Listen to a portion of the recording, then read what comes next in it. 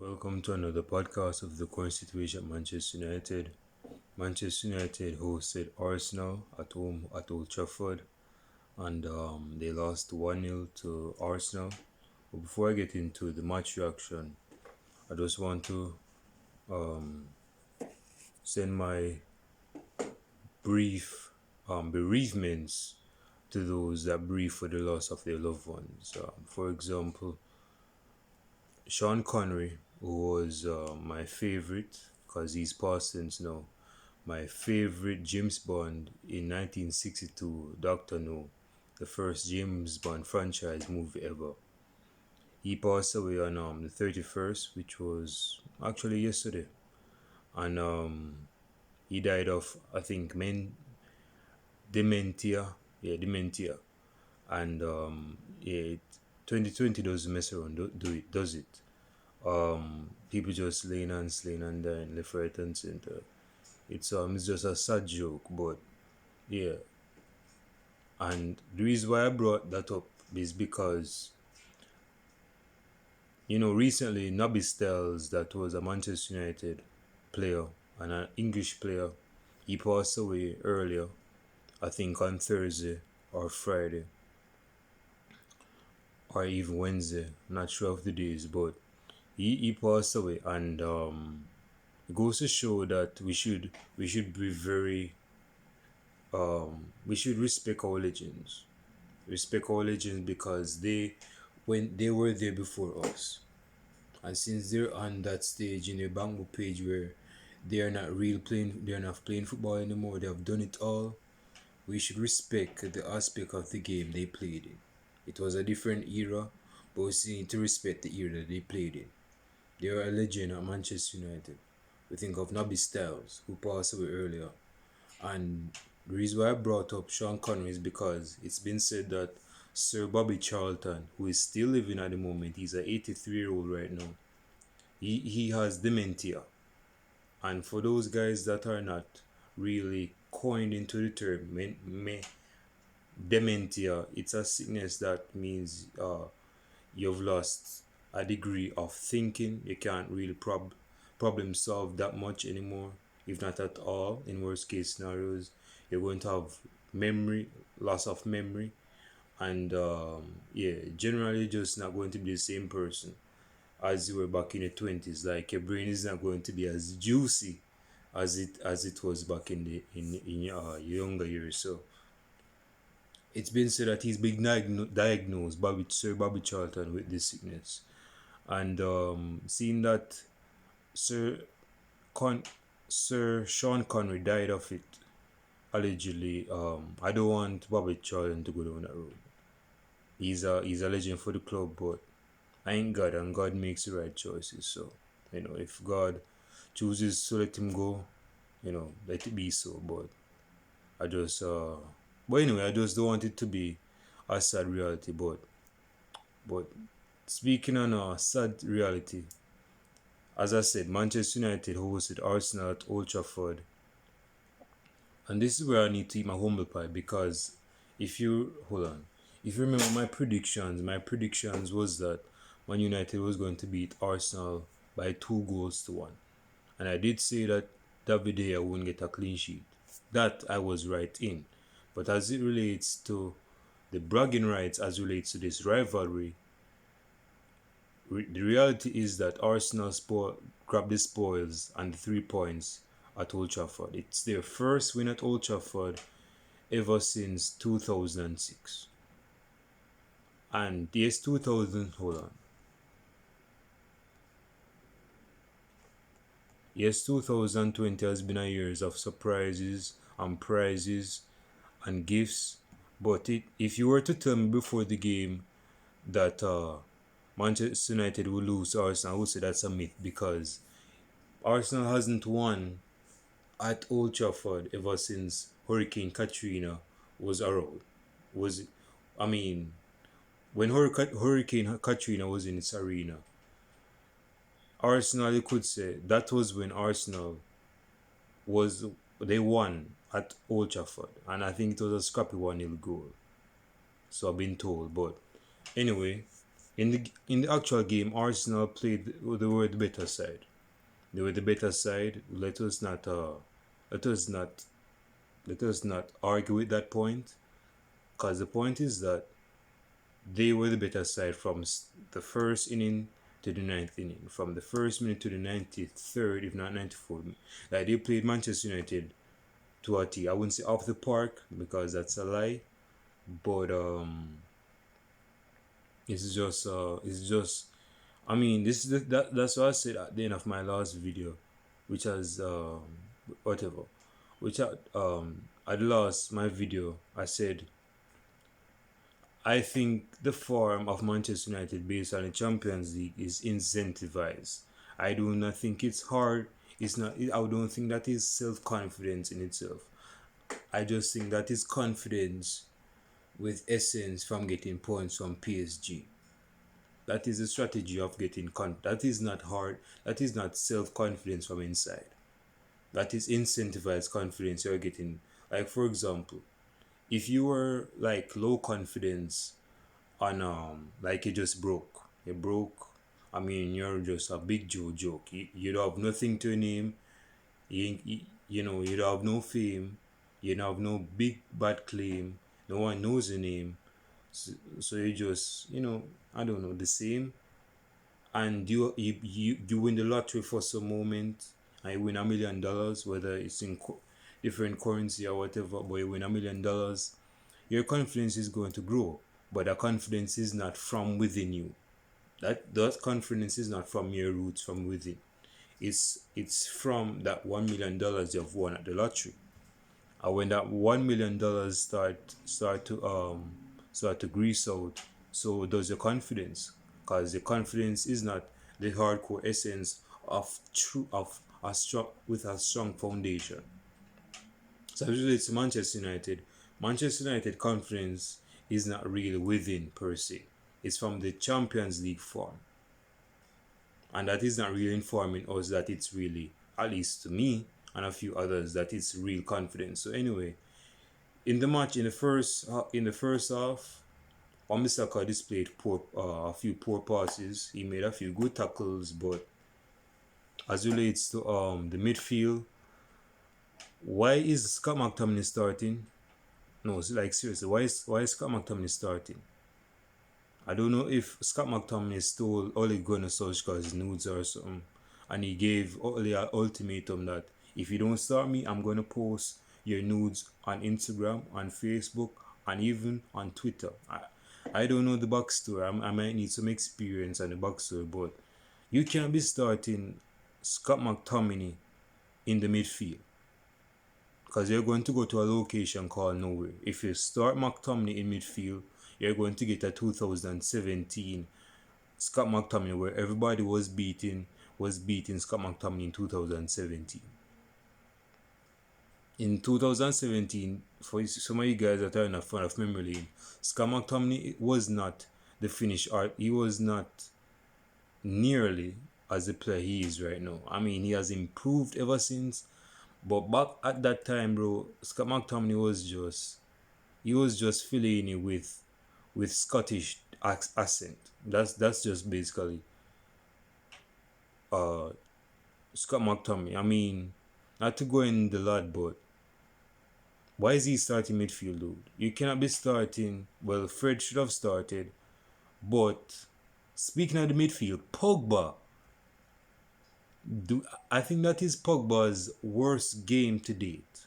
Let me just get that straight. I mean, I think that's Pogba's worst game in a Manchester United kit. My man got slated, my man got hammered, my man got scapegoated, and rightly so, because his performance on the pitch was not the epitome of Paul Pogba. It is actually the opposite of Paul Pogba. It is actually it's just the opposite of Paul Pogba, bro. That's not Paul Pogba. My man look like Pedro Obiang from West Ham when he's not playing well, and that's just real talk. Play Pogba in a diamond four. Well, he played in a diamond four, but that doesn't guarantee good results, does it?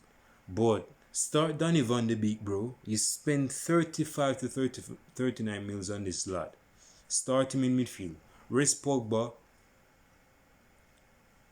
If not, bring on Pogba as a cameo appearance, so that he can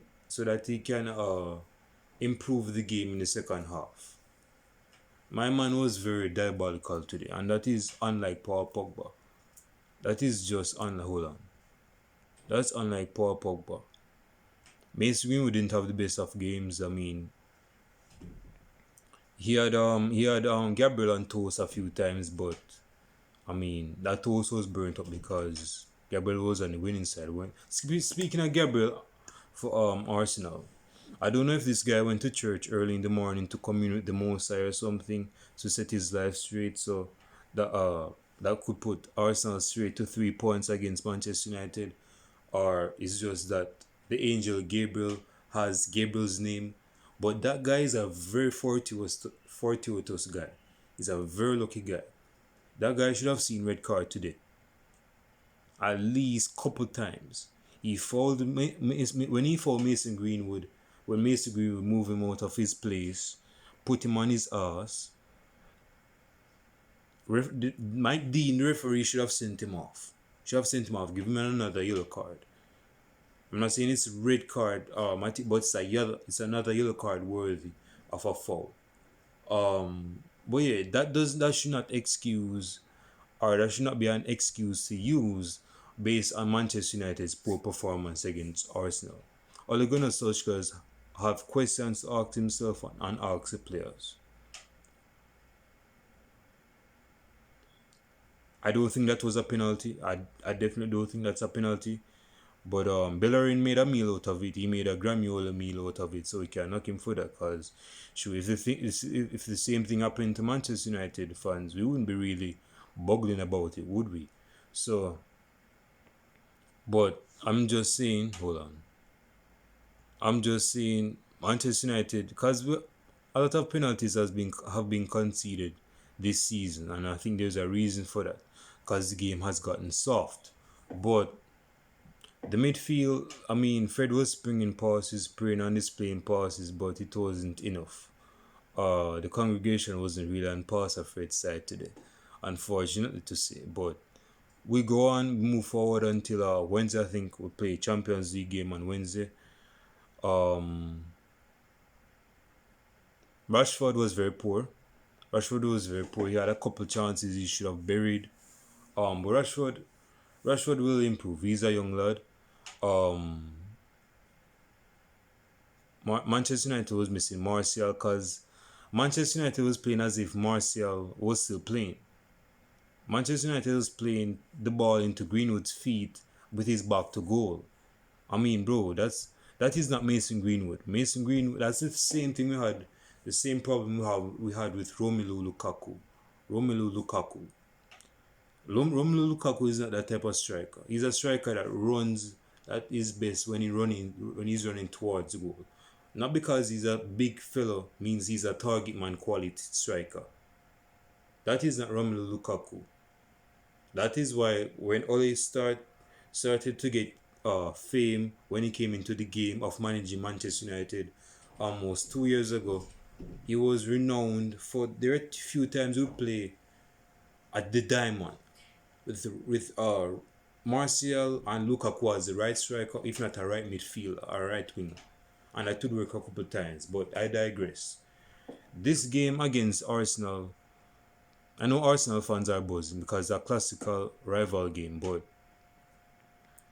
Manchester United only has 1 point in the Premier League out of 12 points. 1 point at home. So let me just point that out. Like, we just have 1 point at home. That is poor form. That is informing Manchester United fans that we're not fortuitous. We're not a fortress as we used to. Is it because of the lack of the fans in the stadium, that's why we're losing the games? Or is it just that we're just so crap that we're losing games? Leave your comments down below in the comment section and with what you think it is.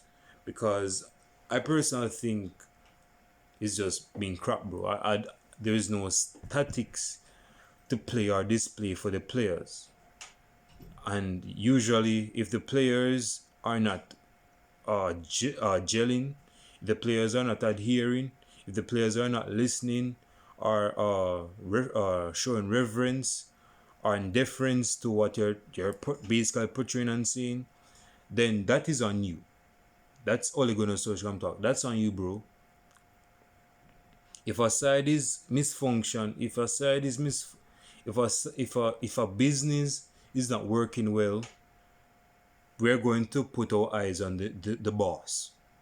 We're going to put our eyes on the person that is involved with the sales, with all of those stuff. Same thing with Manchester United. If things start continue to be like this, Ole Gunnar Solskjaer, he said he's going to be on death row, and there is no way he's going to exit from that. He's going to get sacked if he continues to get results like that, especially at home. So again, leave your comments down below in the comment section. What's your thoughts on the game? Yes, it was a poor game, but leave your thoughts on the game regardless. And who was the man of the match? I mean, Aubameyang made him. You would think that Aubameyang scored the winning penalty in the World Cup finals, if not the Champions League finals. But my man scrapped 3 goals, 3 points at Old Trafford. Well, no, this is the thing about Aubameyang, and this is poor from a captain. Yes, your side is winning, but bro, when you're getting sent off, not really sent off, subbed off, walk us quickly, because that time could have been used to try to get an equalizer. Yes, we know that it's time wasting tactics, but bro, we do not, especially me, I do not appreciate that one bit. I don't appreciate that one bit. Don't appreciate that one bit, bro. So, as relates to the game, I know it was a boring game from Manchester United's standpoint and perspective, but yeah, just leave your comments down below in the comment section. It wasn't the best of games. It was Cavani's I don't want to go in hard in Cavani because Cavani wasn't really light or bright in the game when he came on. And I wouldn't say the squad is slim, but the squad is just full of average players. And we don't have a savior to look up to from the bench. So, again, leave your comments down below in the comment section. What you think should Manchester United do different, specifically Ole. Who was the man of the match? Leave your comments down below. Remember to like the video, subscribe to the channel, and I'll show you guys in a preview for the Manchester United's next match in the Champions League. That's match game 3, and I'll show you guys in the next video podcast. Peace.